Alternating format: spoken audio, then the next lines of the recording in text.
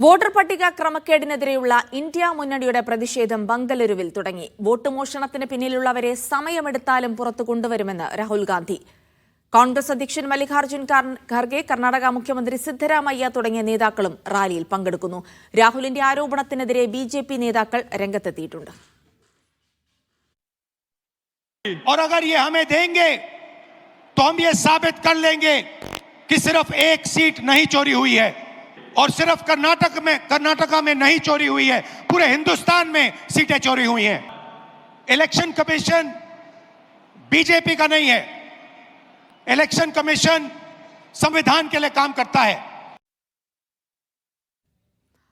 മഹേഷ് പോലൂർ വിവരങ്ങൾ നൽകും. മഹേഷ്, വോട്ടർ പട്ടിക ക്രമക്കേടുമായി ബന്ധപ്പെട്ട് രാഹുൽ ഇന്നലെ പുറത്തുവിട്ട തെളിവുകൾ സംബന്ധിച്ച വലിയ തരത്തിലുള്ള പ്രക്ഷോഭങ്ങൾക്ക് തയ്യാറെടുക്കുകയാണ് ഇന്ത്യ സഖ്യമെന്ന് മനസ്സിലാക്കുന്നുണ്ട്. ബംഗളൂരുവിൽ ഒരുപക്ഷെ ഒരു വലിയ റാലി തന്നെ ഇപ്പോൾ ഒരുപക്ഷെ 1 ലക്ഷത്തിലധികം പേർ പങ്കെടുക്കുന്ന ഒരു റാലി തന്നെ നടന്നുകൊണ്ടിരിക്കുന്നു. ഇനി എങ്ങനെ മുന്നോട്ട് നീങ്ങാനാണ് ഇന്ത്യ സഖ്യത്തിന്റെ തീരുമാനം? ഒപ്പം തന്നെ കൃത്യമായ മറുപടി നൽകാതെ രാഹുലിനെ പരിഹസിച്ച് മാത്രം രംഗത്തെത്തിയിരിക്കുകയാണ് ബിജെപിയും ഇക്കാര്യത്തിൽ.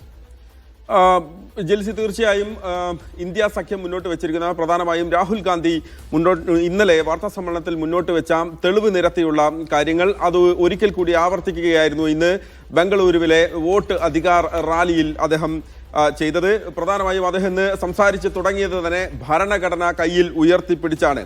കഴിഞ്ഞ സമീപകാല തെരഞ്ഞെടുപ്പുകളിൽ ഭരണഘടനയ്ക്ക് മേൽ വലിയ തോതിലുള്ള ആക്രമണം നടന്നുവെന്ന് പറഞ്ഞുകൊണ്ടാണ് രാഹുൽ തന്റെ പ്രസംഗം ആരംഭിച്ചത്. അദ്ദേഹം പറഞ്ഞത് കഴിഞ്ഞ ലോക്സഭാ തെരഞ്ഞെടുപ്പിൽ, മഹാരാഷ്ട്രയിൽ നടന്ന ലോക്സഭാ തെരഞ്ഞെടുപ്പിൽ കോൺഗ്രസിന് കിട്ടിയ, ഇന്ത്യ സഖ്യത്തിന് കിട്ടിയ വോട്ട്, ആ വോട്ട് വെച്ച് നോക്കുമ്പോൾ ശരിക്കും നിയമസഭാ തെരഞ്ഞെടുപ്പിൽ ഞങ്ങൾ അധികാരത്തിൽ എത്തേണ്ടതായിരുന്നു. പക്ഷേ 4 മാസങ്ങൾക്ക് ശേഷം നടന്ന നിയമസഭാ തെരഞ്ഞെടുപ്പിൽ ഏകദേശം 1 കോടിയോളം അധികം ആളുകൾ വോട്ട് ചെയ്യുന്നതായി കണ്ടു.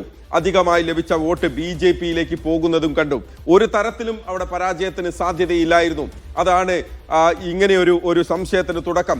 നേരെ കർണാടകയിലേക്ക് വരുമ്പോൾ 16 സീറ്റുകൾ ഞങ്ങൾ പ്രതീക്ഷിച്ചിരുന്നു.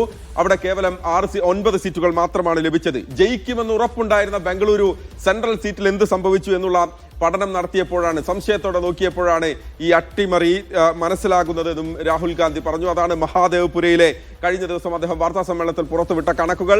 അതേപടി ഈ ബംഗളൂരു സെൻട്രൽ ലോക്സഭാ മണ്ഡലത്തിൽ നടന്ന ഫ്രീഡം പാർക്കിൽ നടന്ന യോഗത്തിൽ അദ്ദേഹം വീണ്ടും ആവർത്തിച്ചിട്ടുണ്ടായിരുന്നു. അദ്ദേഹം 1-2 കാര്യങ്ങൾ ഊന്നി പറഞ്ഞു. ബിജെപിയെ കൃത്യമായി തെരഞ്ഞെടുപ്പ് കമ്മീഷൻ സഹായിക്കുന്നുണ്ട്.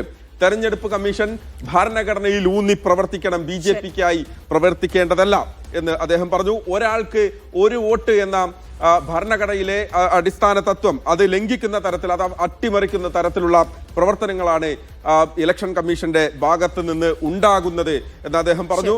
സമയമെടുക്കും, പക്ഷേ വോട്ട് മോഷണത്തിന് പിന്നിലുള്ളവരെ പിടിക്കുമെന്ന രാഹുൽ ഗാന്ധി പറഞ്ഞു വെക്കുകയാണ്. കുറച്ച് സമയമെടുക്കും എന്ന് പിന്നിലുള്ളവരെ പുറത്തു കൊണ്ടുവരുമെന്ന് തന്നെയാണ് രാഹുൽ ഗാന്ധി ഇപ്പോൾ ബംഗളൂരുവിൽ നടക്കുന്ന റാലിയിലും ആവർത്തിക്കുന്നത്. റാലി തുടരുകയാണ്.